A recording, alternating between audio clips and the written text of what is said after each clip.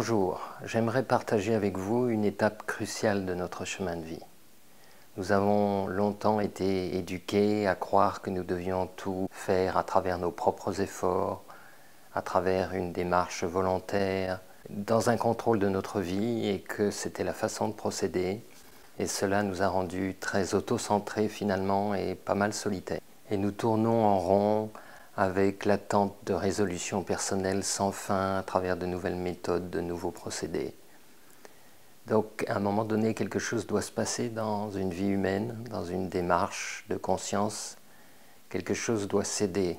Et cette orientation du développement personnel doit laisser la place ou se compléter en tout cas par une démarche spirituelle. Je fais une distinction entre les deux orientations, développement personnel et spiritualité, même si les deux se croisent, mais il y a vraiment une nuance. Le temps de la spiritualité ne se définit pas de façon simpliste. Il y a beaucoup de choses qui se produisent. On parle de la relation à la nature facilement, on parle de la communion à l'autre, mais le noyau de la démarche spirituelle, le noyau de la spiritualité, c'est vraiment la relation personnelle au divin.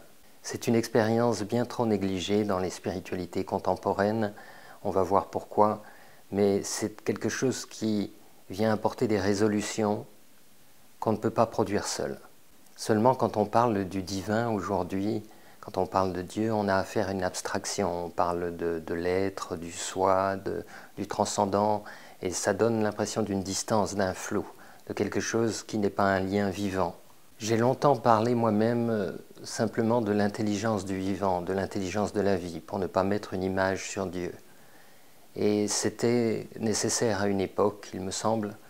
Maintenant, les temps ont changé, les temps sont mûrs pour autre chose.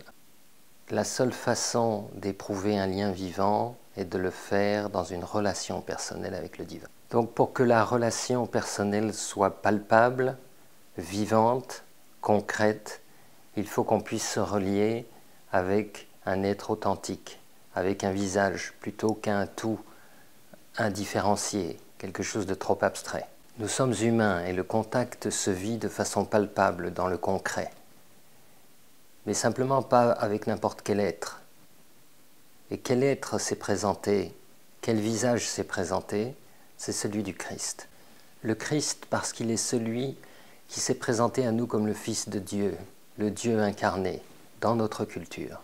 Bien sûr, je conçois qu'on puisse se le représenter autrement, mais je pense qu'il est vraiment très important de s'interroger sur la façon dont on va se représenter le divin en soi, dans ce rapprochement intime, celui qui nous apparaît concrètement et qui va nous aider à nous relier est tout de même un sujet important. Tout n'est pas égal, même si on vit dans une époque où on tend à nous le faire croire.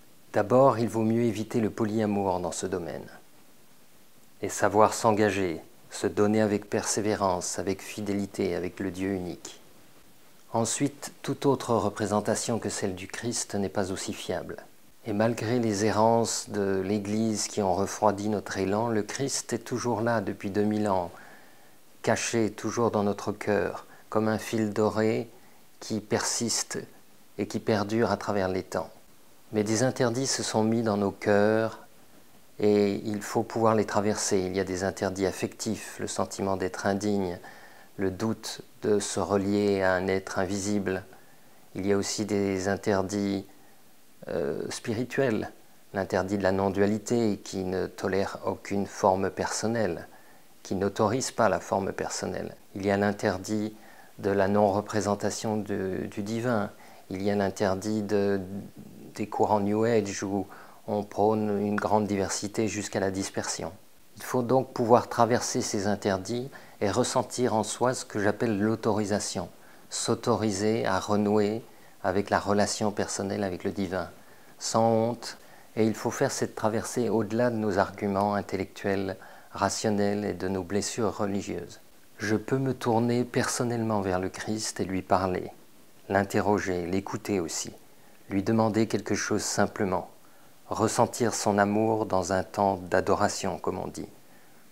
Établir une relation vivante de cœur à cœur, mon cœur physique contre sa poitrine. Tout cela vient couronner nos démarches plus psychologiques par ailleurs, qu'on n'est pas obligé d'abandonner parce que C'est sain de vouloir donner le meilleur de soi-même et d'évoluer.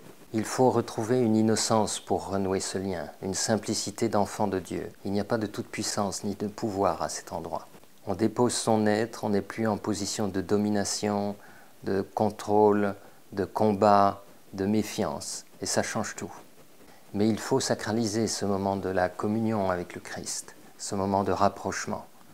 Ce n'est pas un instant comme un autre, ce n'est pas un instant parmi d'autres ou avec d'autres. C'est un moment consacré. Et c'est un moment qui est très important aussi pour l'enseignant spirituel, qui s'efface dans ce moment-là et qui, par là même, montre à ses élèves qu'il n'est pas Dieu, qu'il n'est pas non plus le Fils de Dieu, qu'il est juste un être humain parmi d'autres. Se relier au Christ a aussi une autre vertu. Ça offre une autre façon d'être en relation avec la souffrance et de traiter la souffrance, de porter la souffrance différemment, mais de se présenter au Christ avec elle. C'est une démarche qui est très saine et qui est nécessaire surtout à certaines étapes de notre évolution. Ce n'est plus une recherche d'une nouvelle méthode, d'un nouveau complément alimentaire, de quelque chose qui forcément doit exister parce que la souffrance n'aurait pas de sens. Quelque chose est là, en train de se produire, et on le porte avec courage dans la présence du Christ, pas en solitaire. Bien sûr, il faut régénérer cette image du Christ, traverser les blessures, les griefs contre l'Église, les messes du dimanche imposées dans l'enfance peut-être. Le Christ s'est présenté pour créer le lien avec le Père, pour offrir un lien avec le Père, avec le Dieu inconnaissable. C'est tout ce qui compte aujourd'hui. Le reste, ce sont des fautes. On peut noter aussi que l'époque actuelle, très chaotique, nous ramène au Christ. Et que ce n'est pas un hasard, ce n'est pas juste une faiblesse parce que les temps sont durs, mais c'est aussi quelque chose qui fait partie d'une séquence naturelle d'évolution. Le Christ nous ramène à lui de cette façon aussi. Puis il y a cette grande question du féminin dans le divin. Nous n'avons pas besoin de chercher la mère divine à l'autre bout du monde, elle est là présente dans la forme de Marie, qui était la mère de Dieu, qui apportait le Dieu incarné. Et donc, dans cette filiation, tout est présent, il ne manque rien. La relation au Christ est avant tout une expérience intérieure. On le porte dans son cœur, ce n'est pas une image sur un mur. On nourrit, on entretient ce lien à l'intérieur de soi au fil de la journée. C'est l'opportunité de vivre l'amour divin, pas seulement l'amour personnel ou même l'amour impersonnel. Non, c'est l'amour de Dieu qui est d'une autre nature, qui constitue la nature divine et que l'on est appelé à rencontrer. Et même si cet amour est plus grand que soi, plus grand que ce qu'on peut manifester individuellement, c'est par la relation personnelle qu'on l'apprivoise et qu'on le reçoit. C'est au-delà de nous et à notre portée, d'une façon très humaine en même temps. Alors bien sûr, la place de la prière est très importante dans cette relation personnelle.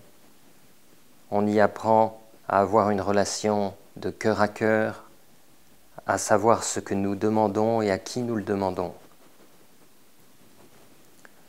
Nous voulons nous améliorer, donner le meilleur de nous-mêmes par exemple. Nous voulons guérir, nous voulons servir, soutenir le projet d'amour du Christ. Ce sont des avenues différentes qui peuvent être librement exprimées depuis la simplicité du cœur et depuis un déchirement intérieur autant que depuis le ressenti de la gratitude. Dans un prochain enregistrement, je vous parlerai de comment on peut s'initier à la prière, revenir à la prière simplement et sans trop de difficultés.